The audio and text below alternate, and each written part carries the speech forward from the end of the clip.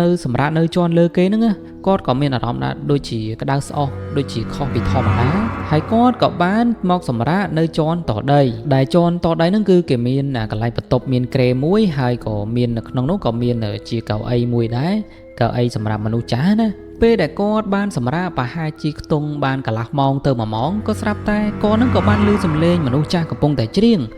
តឯងអីតឯងចឹងទៅគាត់មិនដឹងជាច្រៀងបទស្អីនោះទេឮតែអូនមានមុនអើបើ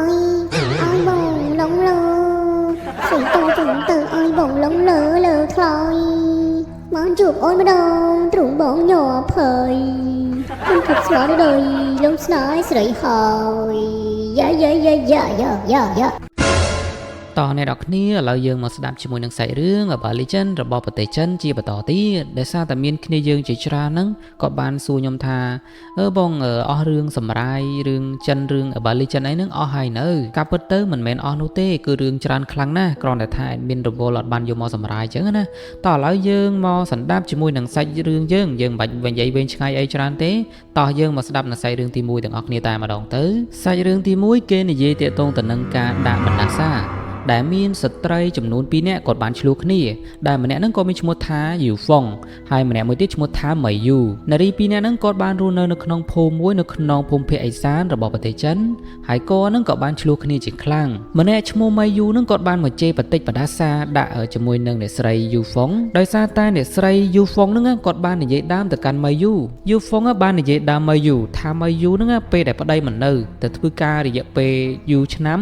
ហើយក៏បានមានសហាយជាមួយនឹងបរោះនេះបរោះនោះអីចឹងទៅពេលដែលបានឆ្លោះគ្នាអញ៉ៃពេញណាពេញណៃនឹងដែរម៉ៃយូនឹងគេក៏បានដាក់បដាសាទៅកាន់អ្នកស្រីយូហ្វុងក៏បាននិយាយថាសូមឲ្យអ្នកស្រីយូហ្វុងហ្នឹងសូមឲ្យអាលួយមុខអាលួយមាត់អីចឹងណាព្រោះសារតែនិយាយតាពីវាពីកាលអីចឹងទៅក្នុងអំឡុងពេលហ្នឹងដែរម៉ៃយូនឹងពិតជាខឹងខ្លាំងមែនទែនចំពោះយូហ្វុងដោយសារតែគាត់នឹងនិយាយដើមពេញភូមិតែម្ដងបន្ទាប់ពីបាននិយាយឆ្លោះគ្នាមកប្រាវនឹងរួចមកពួកគេទាំងអស់គ្នានឹងក៏បានបែកចែកផ្លូវគ្នាទៅទេរៀងៗខ្លួនលុះដល់ថ្ងៃបន្តមកទៀតក៏ស្រាប់តែក៏មានឮដំណឹងមួយថាអ្នកស្រីម៉ៃយូនឹងគាត់បានសម្លាប់ខ្លួនដោយគាត់នឹងផឹកថ្នាំពុលសម្លាប់ខ្លួនតែម្ដងមូលហេតុនឹងក៏ដោយសារតែគាត់បានឆ្លោះគ្នាជាមួយនឹងអ្នកស្រីយូហ្វុងអីនឹងឯងនៅផ្ទះរបស់យូហ្វុងឯណែវិញនាងនឹងក៏បានបើកទ្វារមកហើយក៏បានឃើញជាមួយនឹងមន់អីទេដែលមានអ្នកណាគេម្នាក់នឹងគាត់បានកាត់កសម្រក់ឈាមនៅមុខទ្វាររបស់អ្នកស្រីយូហ្វុងណាស្របពេលនោះយូហ្វុងនឹងពិតជាខឹងខ្លាំងមែនតើថាពីណាគេយកស្អីនឹងមកដាក់ឈាមស្រក់តតិតតក់ពេញតែកន្លែងមុខទ្វាររបស់គាត់អីចឹងណាហើយប្តីរបស់គាត់នឹងក៏បានមកហាមឃាត់ដែរថាកុំឲ្យសូវជេរអីនេះពេកដូចឆ្នះពេកអីចឹងណាហើយពេលនោះដែរប្តីរបស់អ្នកស្រីយូហ្វុងនឹងក៏បានប្រាប់ដែរថាម្នាក់ដែលឈ្មោះថាម៉ៃយូហ្នឹងបានផឹកថ្នាំពុលផឹកអាថ្នាំសម្លាប់សត្វឡើយហ្នឹងស្លាប់បាត់ហើយកាលពីយប់មិញអញ្ចឹងវាមិនមែនជាទង្វើរបស់ម្នាក់ឈ្មោះម៉ៃយូអីហ្នឹងទេហើយប្តីរបស់យូហ្វុងហ្នឹងគាត់ក៏បានឲ្យប្រពន្ធរបស់គាត់ហ្នឹងកុំសូវចេញទៅក្រៅដោយសារតែខ្លាចមានជាប់ពាក់ព័ន្ធតាក់ទងទៅនឹងករណីមួយហ្នឹងជាមួយនឹងប្រពន្ធរបស់គាត់អីចឹងទៅលុះដល់ពេលយប់អ្នកស្រីយូហ្វុងនឹងគាត់ក៏បានលោបចេញពីផ្ទះរបស់គាត់ទៅមើលនៅផ្ទះរបស់ម្នាក់ឈ្មោះម៉ៃយូនោះគាត់ចង់មើលឲ្យដឹងថាតើម្នាក់ដែលឈ្មោះម៉ៃយូនឹងគាត់ពិតជាបានស្លាប់ពិតមែនដែរឬមួយក៏អត់ហើយគាត់នឹងក៏បានឡើងនៅលើអញ្ចឹងលោបមើលពីខាងក្រៅអញ្ចឹងណាហើយក៏បានឃើញគេដាក់សាកសពរបស់ម៉ៃយូនឹងចូលទៅក្នុងក្តារមឈូសពិតមែនពេលនោះម៉ៃយូគេក៏បានបើកភ្នែកធំហើយក៏បានមើលមកកាន់អ្នកស្រីយូហ្វុងពេលដែលមើលអញ្ចឹងទៅអ្នកស្រីយូហ្វុងនឹងគាត់ក៏បានផ្អើលហើយគាត់នឹងក៏បានដួលធ្លាក់ពីកន្លែងរបងនឹងអញ្ចឹងណាហើយក៏ត្រូវមុតជាមួយនឹងថ្មនៅកន្លែងមាត់របស់គាត់នឹងទៅហើយរូបភាពហ្នឹងគឺព្រៀងពិបាកមើលតែយាយអ្នកនរគ្នាដោយសាររូបភាពអត់សូវស្អាតគេប្រើ AI ទៅ AI នេះដូចខុសដូចបងលុយមិនគ្រប់មិញដឹងទេក្រោយពីបានដួលផ្អើលហើយក៏មុតជាមួយនឹងថ្មអីចឹងណាគាត់ក៏បានវិលមកកាន់ផ្ទះរបស់គាត់វិញលុះយប់ឡើងអ្នកស្រីយូហ្វុងនឹងគាត់ក៏បានដេកមកមើលមកមាំងអីឃើញតែភ្នែករបស់អ្នកស្រីម៉ៃយូដេកចេះតែផ្អើលពីមួយថ្ងៃទៅមួយថ្ងៃហើយអាកន្លែងរបួសដែលគាត់បានមុតហ្នឹងគឺវាមានដូចជាឈាមមានជាអីលក្ខណៈថាកាន់តែធ្ងន់ទៅទាំងដែររបួសហ្នឹងគឺវាមុតសាអីធម្មតាទេលុះពីមួយថ្ងៃទៅមួយថ្ងៃរបួសរបស់អ្នកស្រីយូហ្វុងហ្នឹងគាត់ក៏ចាប់ផ្ដើមធ្ងន់ទៅ ហើយពេលនោះដែរប្តីរបស់គាត់នឹងក៏ចាប់ផ្ដើមបើកមុខរបួសនឹងមើលអីចឹងណាពេលនោះដែរយើងក៏បានដឹងថាមុខរបួសរបស់អ្នកស្រីយូហ្វុងគឺរីកលក្ខណៈថាវាធ្ងន់ធ្ងរមែនទែនបន្ទាប់ពីអ្នកស្រីយូហ្វុងគាត់បានដឹងថាមុខរបួសរបស់គាត់នឹងគឺវារៀងធ្ងន់ធ្ងររៀងអីចឹងណាហើយគាត់នឹងក៏មានសតិអារម្មណ៍ការសតិអារម្មណ៍ហើយក៏បានស្លាប់បាត់បង់ជីវិតទៅដែលគាត់ក៏បានស្លាប់ដោយទៅនឹងអ្នកស្រីយូហ្វុងនឹងផងដែរហើយសាច់រឿងទី1របស់យើងក៏មកដល់ទីបញ្ចប់តោះយើងបន្តសាច់រឿងទី2របស់យើងបន្តទៀតនៅក្នុងសាច់រឿងទី2គេនិយាយទាក់ទងទៅនឹងបរិសចំនួន3នាក់ហើយបរិសចំនួន3នាក់ហ្នឹងខ្ញុំសូមដាក់ឈ្មោះថាបរិសទី1បរិសទី2បរិសទី3ចឹងទៅបរិសទី1គាត់បាននិយាយប្រាប់យើងថាគាត់បានទៅលេងផ្ទះជាមួយនឹងមិត្តភ័ក្តិរបស់គាត់ម្នាក់ទៀតដែលជាត្រូវជាបងប្អូនជីដូនមួយរបស់គាត់ផ្ទះបងប្អូនជីដូនមួយរបស់គាត់ហ្នឹងគឺនៅឆ្ងាយពីទីក្រុងហើយមានព្រៃមួយដែលគេល្បីមកថាកន្លែងហ្នឹងតែងតែមានមនុស្សបាត់ខ្លួននៅពេលយប់ហើយក៏មានអ្នកដែលចូលទៅសម្លាប់ខ្លួននៅក្នុងព្រៃហ្នឹងអីចឹងទៅហើយកន្លែងព្រៃហ្នឹងដែរក៏ជាផ្លូវទៅផ្ទះរបស់បងប្អូនជីដូនមួយរបស់គាត់ផងដែរពេលដែលទៅដល់ហ្នឹងដែរពួកគេទាំងអស់គ្នាហ្នឹងក៏បានបើកមើលរឿងដាក់រឿងខ្មោចមើលអីចឹងណាហើយក៏បន្លាចគ្នាអីចឹងទៅដោយសារតែបរិសទី1ហ្នឹងគាត់ខ្លាចខ្មោចមែនទែនពេលអញ្ចឹងទៅបរិសទី2បរិសទី3ហ្នឹងគាត់ក៏ចាប់ផ្ដើមលេងហ្គេមជាមួយនឹងគ្នាគាត់ថាបើសិនជាមានអ្នកណាគេម្នាក់ហ៊ាន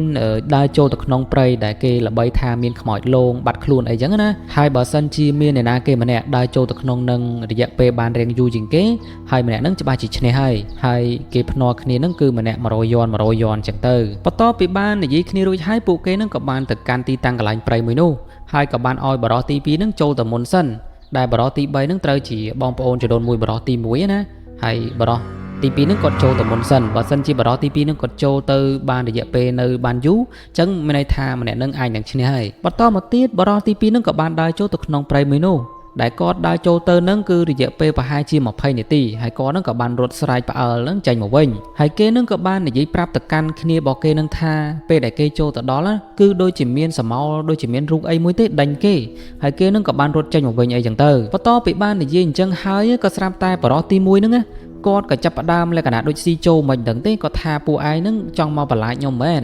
ហើយគាត់នឹងក៏បានរត់ចូលទៅក្នុងព្រៃនឹងម្ដងទៅទាំងដែរបរិសដែរត្រូវជាបងប្អូនជីដូនមួយរបស់គាត់នឹងហាមឃាត់ថាកុំឲ្យចូលទៅប៉ុន្តែម្នាក់ហ្នឹងគឺគាត់រត់ចូលទៅបាត់ហើយហ្នឹងពេលដែលរត់ចូលទៅដល់ក្នុងព្រៃនឹងដែរគេនឹងក៏បានឃើញមានមនុស្សអីដល់ចម្លែកពិតមែនមនុស្សចម្លែកហ្នឹងហាក់បីដូចជាខ្មោចបន្តិចដូចជាសត្វចម្លែកបន្តិចដែលខុសពីយើងធម្មតាណាពេលដែលបានឃើញដូច្នោះបរិសទី1ហ្នឹងគាត់ក៏បានរើសរបងហើយក៏បានវាយប្រហារទៅកាន់ម្នាក់នោះហើយមូលហេតុដែលគាត់អត់ខ្លាចហ្នឹងក៏ដោយសារតែគាត់គិតថាម្នាក់ដែលចេញបង្ហាញខ្លួនឲ្យគាត់ឃើញនឹងប្រហែលជាបងប្អូនជីដូនមួយរបស់គាត់អីនឹងឯងគាត់គិតថាបងប្អូនជីដូនមួយរបស់គាត់ច្បាស់ជាតែងខ្លួនបន្លាចគាត់អីចឹងណាចង់ឈ្នះអីចឹងទៅហើយគាត់ពេលដែលគាត់វាយទៅវាមានត្រូវអីណាហើយវាគឺជាខ្មោចហ្នឹងពេលដែលបានដឹងដូច្នោះបរិសទី1ហ្នឹងក៏បានដាក់មេប្រូចរត់ចេញមកក្រៅវិញតែម្ដងពេលដែលបានរត់មកពួកគេហ្នឹងក៏បានជួបគ្នាហើយក៏បានប្រាប់គ្នាថាគឺមានមនុស្សចម្លែកនៅក្នុងព្រៃចំណែកឯខាងប៉ូលីសណាវិញគេក៏បានតាមរកអ្នកទាំង3ហ្នឹងអញ្ចឹងណាដោយសារតែបាត់ពីផ្ទះពេលនោះដែរប៉ូលីសហ្នឹងក៏បាននិយាយថាមិនក៏ពួកអ្នកទាំងអស់គ្នាហ្នឹងចូលមកក្នុងព្រៃហ្នឹងអញ្ចឹងហើយចូលមកលេងស្អីគេទាំងយប់ហ្នឹងមកដាល់ឲ្យប៉ូលីសហ្នឹងគឺពិបាកធ្វើការទាំងយប់តែម្ដងហើយសាច់រឿងរបស់យើងហ្នឹងក៏បានមកដល់ទីបញ្ចប់ត្រឹមប៉ុណ្ណឹងអូខេតោះឥឡូវយើងចូលទៅដល់ក្នុងសាច់រឿងទី3សាច់រឿងទី3គេនិយាយទាក់ទងទៅនឹងបរិសម្នាក់ដែលគាត់ហ្នឹងបានទៅជួលបន្ទប់នៅអាគារមួយដែលមានចំនួន6ជាន់សម្រាប់អាគារហ្នឹងដែរគឺអត់មានម៉ាស៊ីនជាម៉ាស៊ីនត្រជាក់ទេនៅជាន់ដែលបន្ទប់ដែលគាត់បានសម្រាកណាដោយសារតែជាអាគារមួយដែលចាស់យូរហើយអីចឹងទៅកាលពីឆ្នាំ2018មានបរិសម្នាក់ហ្នឹងគាត់បានទៅជួលផ្ទះនៅអាគារមួយដែលនៅជាន់លើគេតែម្ដងហើយសម្រាប់ជាន់តដីហ្នឹងគឺមានម្ចាស់ផ្ទះរបស់គេហ្នឹងគេសម្រាកនៅខាងក្រោមភាគច្រើនគឺគេសម្រាកនៅតែខាងក្រោមជាន់តដីអីហ្នឹងឯងគេអត់សូវដែរសម្រាកនៅជាន់ទី5អីនោះទេលុះដល់យប់មួយបរិសដែលបានជួលបន្ទប់នៅសម្រាកនៅជាន់លើគេហ្នឹងគាត់ក៏មានអារម្មណ៍ថាដូចជាក្តៅស្អុះដូចជាខុសពីធម្មតាហើយគាត់ក៏បានមកសម្រាកនៅជាន់តដីដែលជាន់តដីហ្នឹងគឺគេមានកន្លែងបន្ទប់មានគ្រែមួយហើយក៏មាននៅក្នុងនោះក៏មានជាកៅអីមួយដែរកៅអីសម្រាប់មនុស្សចាស់ណាពេលដែលគាត់បានសម្រាកប្រហែលជាខ្ទង់បានកន្លះម៉ោងទៅ1ម៉ោងក៏ស្រាប់តែគាត់នឹងក៏បានឮសំឡេងមនុស្សចាស់កំពុងតែច្រៀងតឯងអីតឯងចឹងទៅគាត់មិនដឹងជាច្រៀងបទស្អីនោះទេឮតែ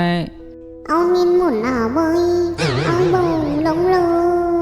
ស្រីតូចទៅឲ្យបងលងលើខ្លោយមកជួបអូនម្ដងទ្រូងបងញ័រភ័យមិនគិតស្លាប់đờiលងស្នេហ៍ស្រីហើយយាយ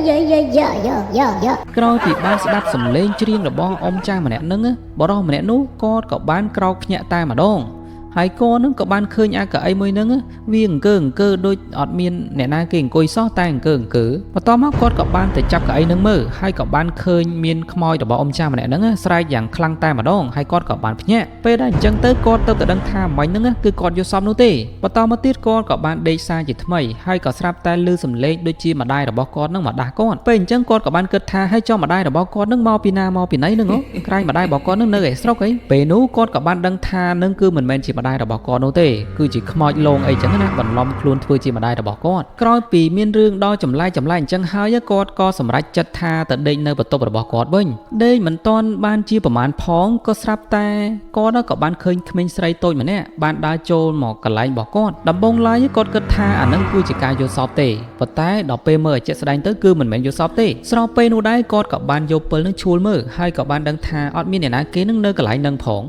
ដោយសារតែភ័យខ្លាំងពេកគាត់ក៏បានចេញទៅមើលនៅខាងក្រៅបន្តិចសិនទៅពេលដែលគាត់បានចេញទៅមើលនៅខាងក្រៅគាត់ក៏បានចាប់អារម្មណ៍ឃើញថា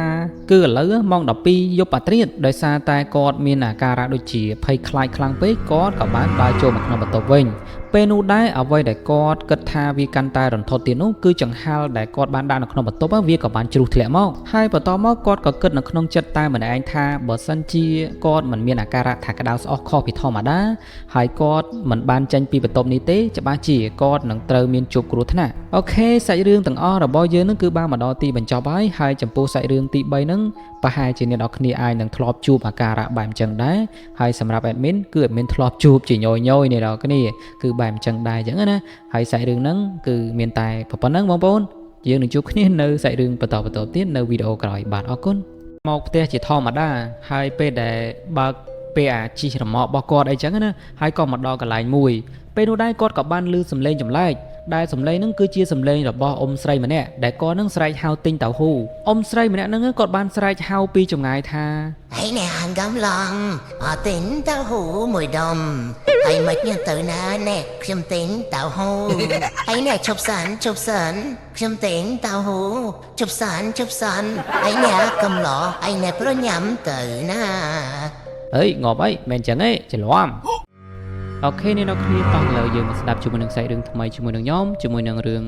របស់ប្រទេសចិនណារឿងប្រទេសចិនហើយនឹងរឿងខ្មែរយើងស្តៀងគ្នាដែរទេអ្នកនរគ្នាគេមានជំនឿខ្មោចលងហើយយើងនឹងក៏មានជំនឿខ្មោចលងដូចជាប្រហាក់ប្រហែលគ្នាដែរហើយខ្ញុំបានស្ដាប់ជាមួយនឹងសាច់រឿងរបស់លោកគ្រូចិនសែម៉ុងណាស្ដាប់គាត់នឹងគឺ1ម៉ោង2ម៉ោងនឹងស្ដាប់លឹងជក់តែម្ដងហើយក៏ភ្លេចសម្រាយរឿងឲ្យអ្នកនរគ្នាស្ដាប់តោះឥឡូវយើងមកស្ដាប់ជាមួយនឹងសាច់រឿងថ្មីរបស់យើងឯនេះវិញសាច់រឿងនេះដែរខ្ញុំយកមករហូតដល់3 4រឿងចូលគ្នាតែម្ដងអញ្ចឹងវាអាចរៀងវែងហើយថ្ងៃនេះតោះចូលស្ដាប់ជាមួយនឹងសាច់រឿងទី1សាច់រឿងទី1គេនិយាយតាក់ទងទៅនឹងបរិសម្នាក់ដែលគាត់នឹងបានទៅជួលផ្ទះប៉ះចំផ្ទះដែលមានប្រវត្តិមិនសូវល្អនិយាយទៅគឺជាផ្ទះដែលមានខ្មោចនៅនឹងអីចឹងណាបរិសម្នាក់នឹងខ្ញុំសុំហៅថាប្ររិទ្ធទៅនៅក្នុងថ្ងៃមួយប្ររិទ្ធនឹងគាត់ក៏បានខលទូរស័ព្ទមកកាន់បុគ្គលិកចំនួន2នាក់បុគ្គលិកនឹងគឺជាគ្រូដែលគេខាងចិនសែខាងជំនឿខាងអីដែរចឹងខ្ញុំសុំហៅពួកគាត់ថាជាលោកគ្រូទៅដោយសារតែគាត់នឹងគឺជាអ្នកដែលចាប់ខ្មោចជាអ្នកដោះស្រាយនៅបញ្ហាដូចចិនសែចឹងអ្នកនរគ្នា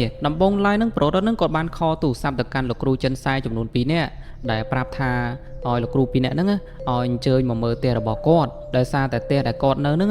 គឺមានដូចជាមានរឿងអីដែរចម្លែកមិនមិនដឹងនោះទេបន្ទាប់ពីទទួលបានទូរស័ព្ទពីប្ររិទ្ធហើយលោកគ្រូ2នាក់នោះគាត់ក៏បានទៅផ្ទះរបស់បរិសម្នាក់នឹងពិតមែនពេលដែលទៅដល់នឹងដែរបរិស2នាក់ហ្នឹងឃើញថាប្ររិទ្ធហ្នឹងគឺទឹកមុខរបស់គាត់ភ្នែករបស់គាត់ដូចមិនបានដេកអញ្ចឹងគឺស្លេកស្លាំងខ្លាំងណាស់ពេលអញ្ចឹងទៅពួកគាត់ក៏មិនបានសួរនាំអីច្រើនដែរហើយក៏បានឡើងទៅកាន់បន្ទប់ដែលកន្លែងស្នាក់នៅរបស់បរិសម្នាក់ហ្នឹងទៅពេលដែលចូលទៅក្នុងផ្ទះកន្លែងអាគារបន្ទប់ដែលគាត់ត្រូវស្នាក់នៅហ្នឹងក៏មានក្លិនជាក្លិនដូចក្លិនស្អុយក្លិនដូចជាមានអីមួយអីអញ្ចឹងតែការពិតទៅកន្លែងហ្នឹងគឺជាកន្លែងស្នាក់នៅរបស់អ៊ំប្រុសម្នាក់ដែលអ៊ំប្រុសហ្នឹងគឺជាអ្នកដែលគាត់ជាម្ចាស់ផ្ទះហ្នឹងផ្ទាល់តែម្ដងដែលមើលទៅគាត់មិនមែនជាមនុស្សឈួតមនុស្សអីអ្នកនរគ្នាគ្រាន់តែថាគាត់តុបតែងខ្លួនបែបអញ្ចឹងលុះពួកគេទាំងពីរនាក់បានចូលទៅក្នុងផ្ទះរបស់ប្ររិទ្ធនឹងក៏ចាប់ផ្ដើមនិយាយរឿងរ៉ាវប្រាប់ទាំងអស់ហ្នឹងទៅកាន់លោកគ្រូ2នាក់នោះការដំបងឡើយនឹងគាត់បានមកជួលផ្ទះនៅកន្លែងនេះ ហើយម្ចាស់ផ្ទះហ្នឹងគឺជាបរិសចំណាស់ម្នាក់ដែលយើងបានឃើញដែលគាត់នៅខាងក្រោមជាន់ក្រោមណាមូលហេតុដែលគាត់ជ្រើសរើសមកជួលផ្ទះនៅកន្លែងហ្នឹងដោយសារតែទី1នៅជិតកន្លែងធ្វើការរបស់គាត់ហើយទី2វាមានតម្លៃសមរម្យដែរអញ្ចឹងមិនសូវជាថ្លៃទេហើយបន្ទប់ធំមែនតើហើយក៏នៅជាន់ទី2ជាន់លើនឹងទៀតអញ្ចឹងស្រួលស្នាក់នៅគាត់ក៏សម្រេចចិត្តថានៅកន្លែងហ្នឹងទៅលុះយប់ឡើងអ្វីដែលគាត់នឹកស្មានមិនដល់ហ្នឹងគឺថាយប់ដែលគាត់ស្នាក់នៅដំបូងហ្នឹងវាមានអារម្មណ៍ដូចជាមិនសូវសនុកស្ទទេសោះដូចជាគាត់គិតថាវាគឺជាផ្ទះមួយដែលគាត់នៅផ្លែកន្លែងអញ្ចឹងណាហើយគាត់ក៏មិនគិតចាប់អារម្មណ៍អីច្រើនដែរលុះពីមួយថ្ងៃទៅមួយថ្ងៃប្ររិទ្ធហ្នឹងគាត់ចេះតែដេករសាប់រសល់ដេកអត់លក់ឮសំឡេងនេះឮសំឡេងនោះហើយក៏ឃើញមានព្រលឹងដូចមនុស្សដូចកូនក្មេងដូចមនុស្សចាស់អីចឹងណាដោយសារតែឃើញមានអីចម្លែកនៅក្នុងបន្ទប់របស់គាត់ហ្នឹងក៏បានទៅប្រាប់ម្ចាស់ផ្ទះដែលជាអ៊ំប្រុសមិញនឹងឯងប៉ុន្តែអ៊ំប្រុសហ្នឹងគាត់បែរជាមិនសូវជាអើពើអីសោះគាត់បាននិយាយថាមកពីប្ររិទ្ធហ្នឹងរវើរវាយតែម្នាក់ឯងហើយចេះតែរសាប់រសល់ឃើញនេះឃើញនោះសង្ស័យតែនឹកសង្សារចាស់ក៏មិនដឹងពីមួយថ្ងៃទៅមួយថ្ងៃប្ររិទ្ធហ្នឹងគាត់ចេះតែនៅផ្ទះហ្នឹងនៅមិនសុខនៅមិនអីចឹងទៅហើយគាត់ប្រាប់តែងតែប្រាប់ម្ចាស់ផ្ទះតែម្ចាស់ផ្ទះហ្នឹងគាត់មិនសូវអើពើទេទៅបណ្ដាលឲ្យគាត់ហ្នឹងខលប្រាប់ពីអ្នកដែលជាលោកគ្រូអីហ្នឹងឯងបន្ទាប់ពីបានស្ដាប់រឿងរ៉ាវរបស់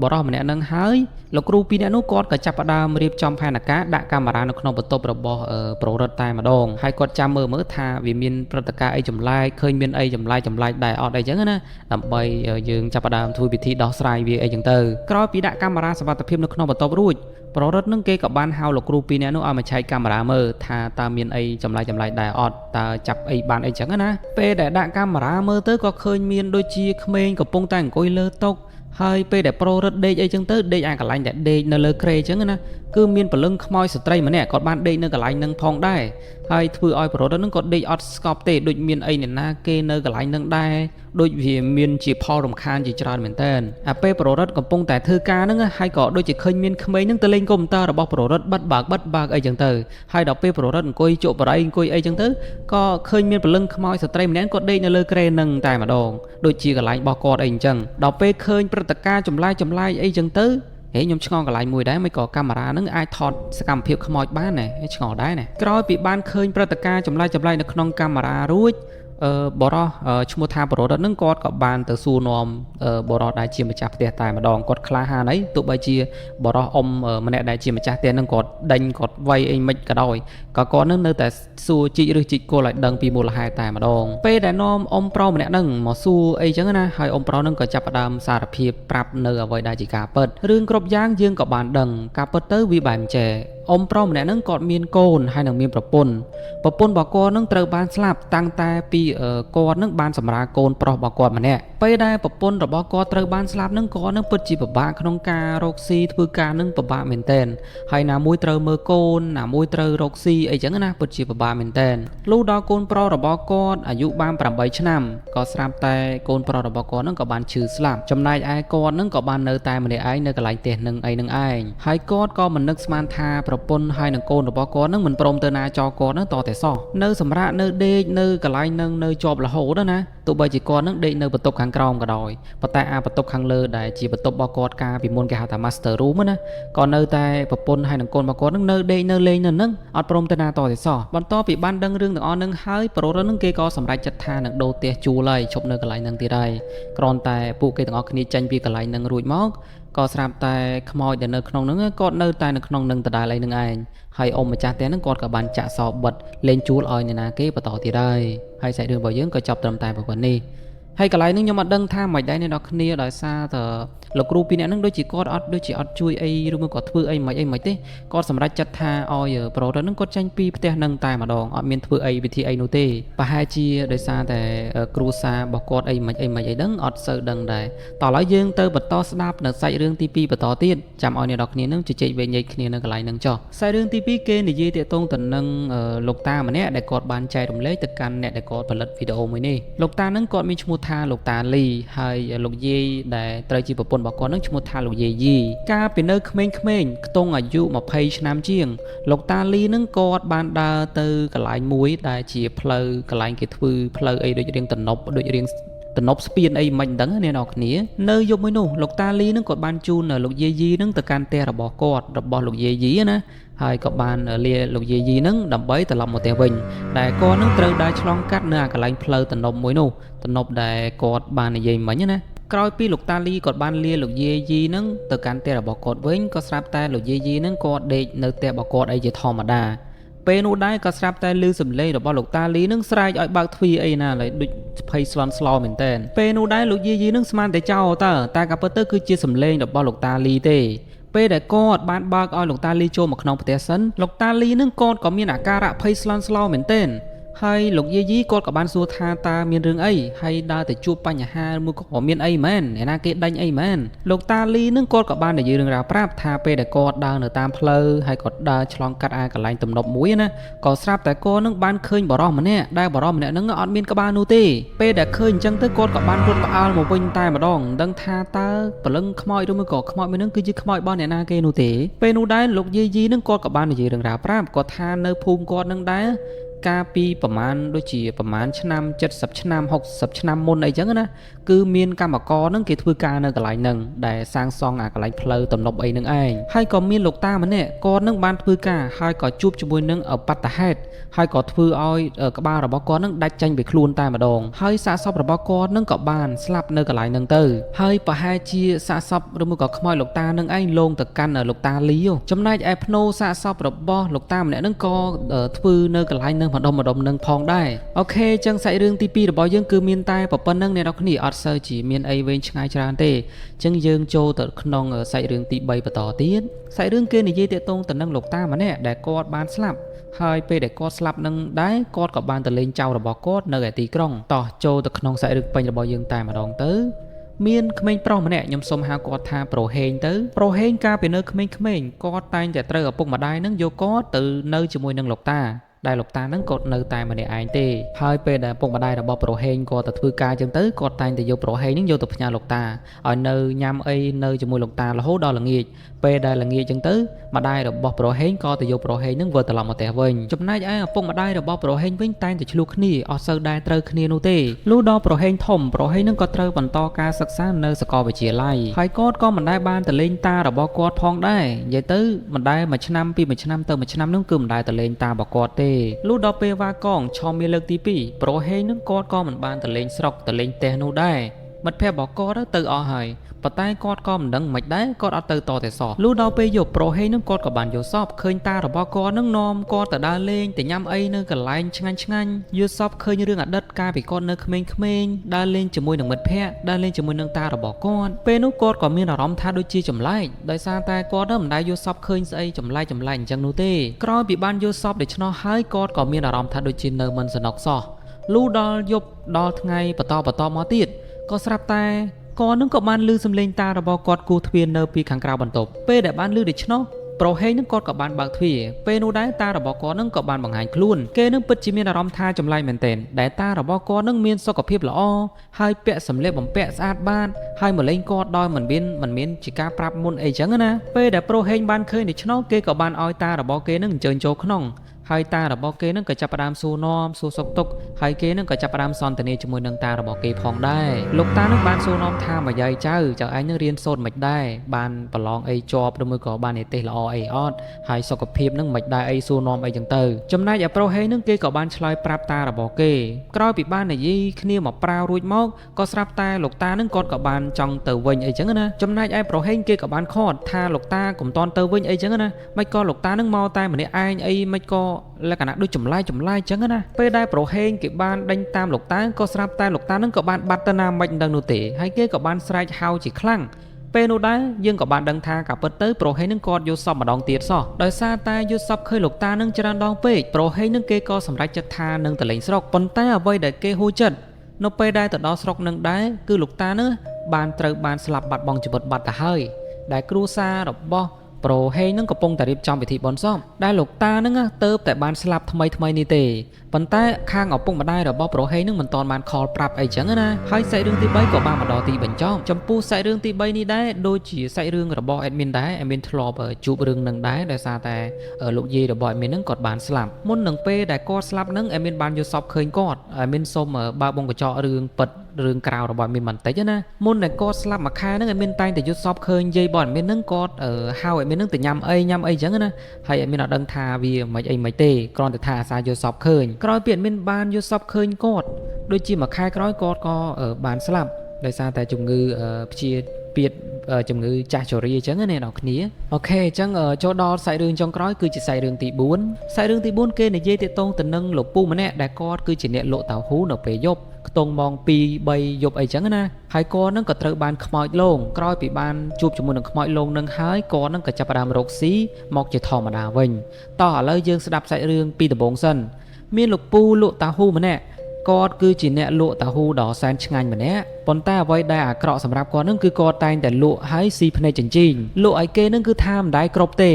លុះដល់ថ្ងៃមួយលោកពូម្នាក់ហ្នឹងគាត់ក៏បានមកផ្ទះជាធម្មតាហើយពេលដែលបើកពេលអាជីរម៉ោរបស់គាត់អីចឹងណាហើយក៏មកដល់កន្លែងមួយពេលនោះដែរគាត់ក៏បានឮសំឡេងចម្លែកដែលសំឡេងហ្នឹងគឺជាសំឡេងរបស់អ៊ំស្រីម្នាក់ដែលគាត់នឹងស្រែកហៅទិញតៅហ៊ូអ៊ំស្រីម្នាក់ហ្នឹងគាត់បានស្រែកហៅពីចម្ងាយថា Hãy nè hàng gắm lòng Họ tính tao hú mùi đầm Hãy mất như từ nà nè Khiêm tính tao hú Hãy nè chụp sẵn Khiêm tính tao hú Chụp sẵn Hãy nè cầm lọ Hãy nè pro nhắm từ nà អេងប់អីមិនចឹងទេច្រឡំគាត់ស្រែកហៅធម្មតាទេគាត់ថាអ្នកលក់ឈប់សិនខ្ញុំទិញតាហ៊ូមួយទៅណាចង់ទៅណាហាបន្ទាប់ពីលោកពូម្នាក់នឹងលឺអ៊ំចាម្នាក់នឹងស្រែកហៅគាត់ក៏បានឈប់ហើយគាត់នឹងក៏បានសួរទៅកាន់អ៊ំចាម្នាក់នឹងថាទិញប្រមាណដុំដែរអ៊ី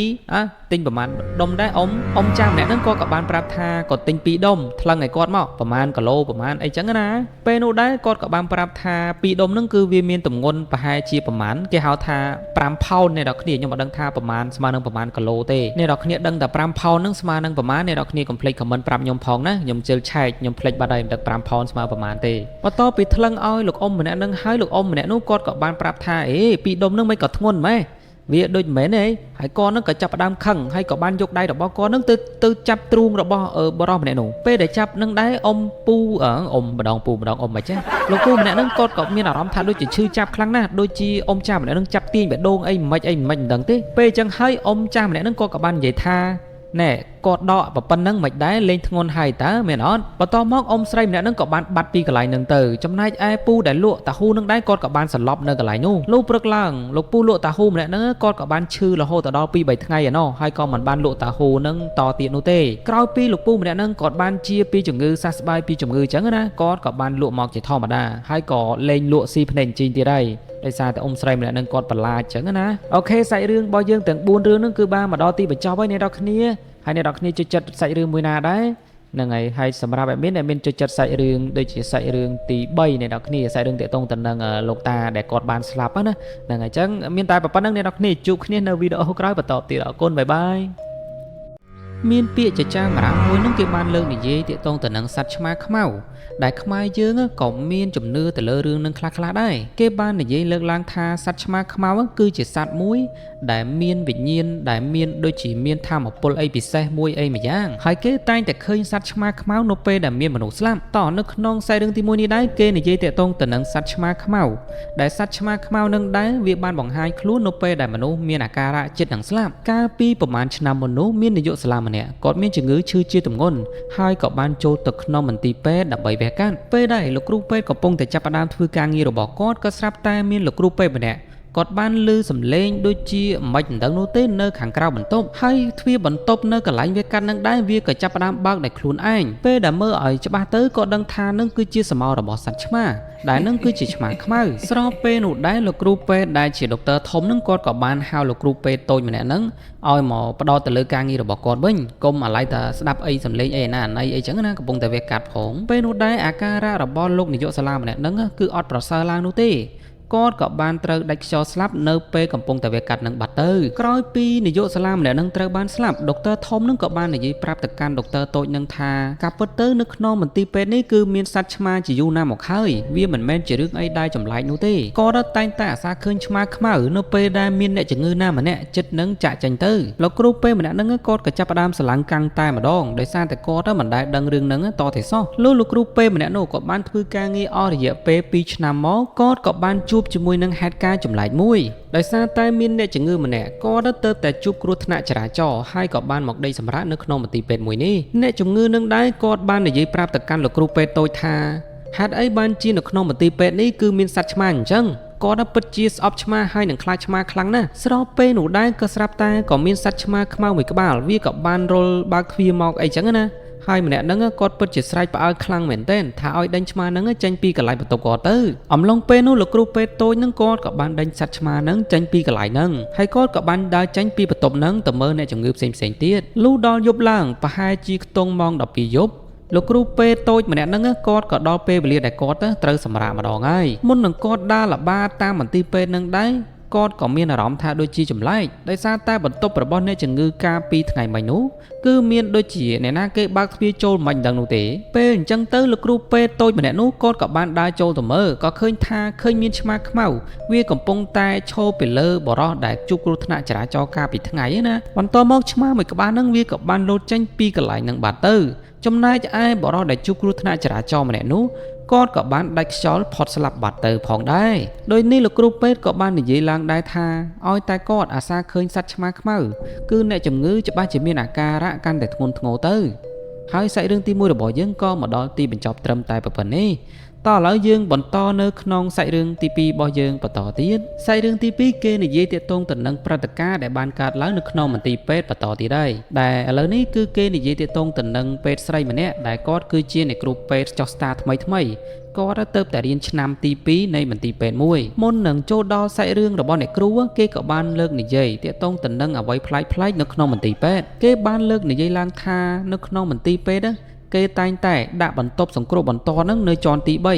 គេមិនដែលដាក់បន្ទប់សង្គ្រោះបន្ទាន់នៅជាន់ទី4ឬមួយក៏ជាន់ទី18នោះទេហើយជាធម្មតាយើងតែងតែមានការបួងសួងឬមួយក៏មានការគោរពនៅក្នុងមន្ទីរពេទ្យដូចជាការដាក់សែនឬមួយក៏ដាក់យ័ន្តអីជាដើមអាហ្នឹងក៏ជារឿងមួយដែលយើងតែងតែដឹងជាធម្មតាហើយមុននឹងគេចាប់ផ្ដើមបង្កើតកូនឲ្យស្ត្រីដែលមានផ្ទៃពោះគេតែងតែមកសំពះឬមួយក៏មកថ្វាយអីដើម្បីកុំឲ្យមានគ្រោះថ្នាក់អីចឹងណាជំនឿមួយទៀតគេតែងតែឃើញនាឡិកានៅបន្ទប់ជាន់ ICU ម៉ោងដើរខុសគ្នាចំនួន3នាទី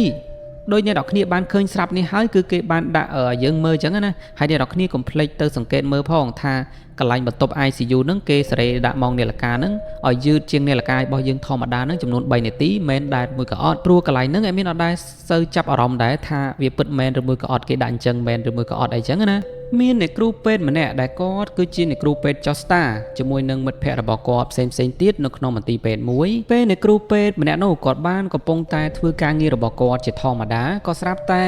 ក៏មានអ្នកជំងឺម្នាក់ដែលគាត់នឹងត្រូវបានគ្រោះថ្នាក់ចរាចរណ៍ដែលមានជាការហូរឈាមផងដែរដែលត្រង់មើលទៅហាក់បីដូចជារបួសធ្ងន់ណាស់ហើយមើលទៅអ្នកគ្រូពេទ្យម្នាក់ហ្នឹងគាត់ក៏មិនសូវជាចាប់អារម្មណ៍អីដែរដោយសារតែគាត់គឺជាពេទ្យចុះស្តារអញ្ចឹងណាហើយគាត់នឹងក៏បន្តធ្វើការងាររបស់គាត់ជាធម្មតាបន្តទៀតលុះដល់វេលាម៉ោង9យប់អ្នកគ្រូពេទ្យម្នាក់ហ្នឹងគាត់ក៏បានទៅសួរមិត្តភ័ក្តិរបស់គាត់ថាមានចង់ញ៉ាំអីនៅពេលយប់ដែរអត់ព្រោះថាម៉ោង9យប់បានពួកគាត់នឹងញ៉ាំអីចឹងបន្តមកទៀតអ្នកគ្រូពេទ្យម្នាក់ហ្នឹងគាត់ក៏បានចេញទៅទិញអីយកមកញ៉ាំពេលដែលគាត់បានចេញទៅទិញអីហ្នឹងដែរគាត់ក៏បានឃើញបរិសម្នាក់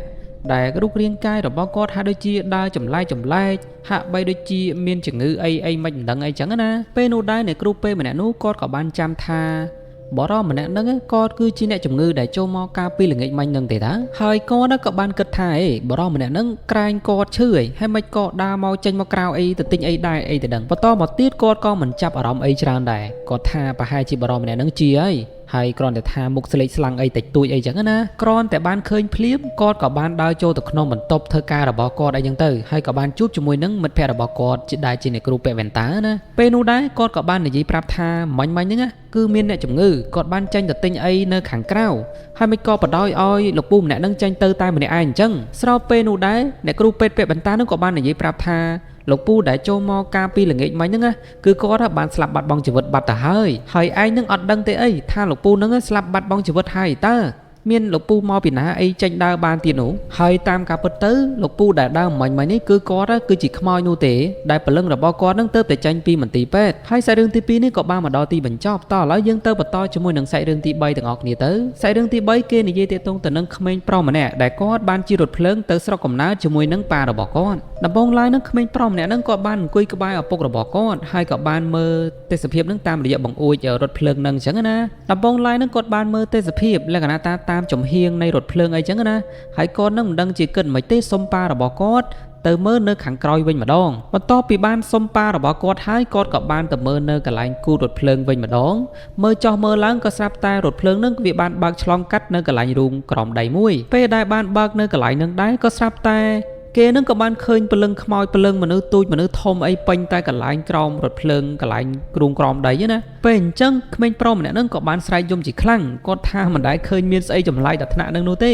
ហើយគាត់ក៏បានទៅប្រាប់ប៉ារបស់គាត់ថាគាត់នឹងបានឃើញមានមនុស្សនៅក្បែរកន្លែងផ្លូវរថភ្លើងមួយនោះឪពុករបស់ក្មេងប្រុសម្នាក់នឹងក៏បាននិយាយថាកូននឹងប្រហែលជាស្វាងភ្នែកហើយកុំសូវគិតអីដែរញ៉េះញ៉ៃច្រើនពេកអញ្ចឹងអីពេលនោះដែរក៏មានអ៊ំប្រុសម្នាក់នឹងគាត់បាននិយាយប្រាប់ទៅកាន់ឪពុកកូនគេពីរនាក់នោះថានៅតាមផ្លូវរូងក្រោមដីរបស់រថភ្លើង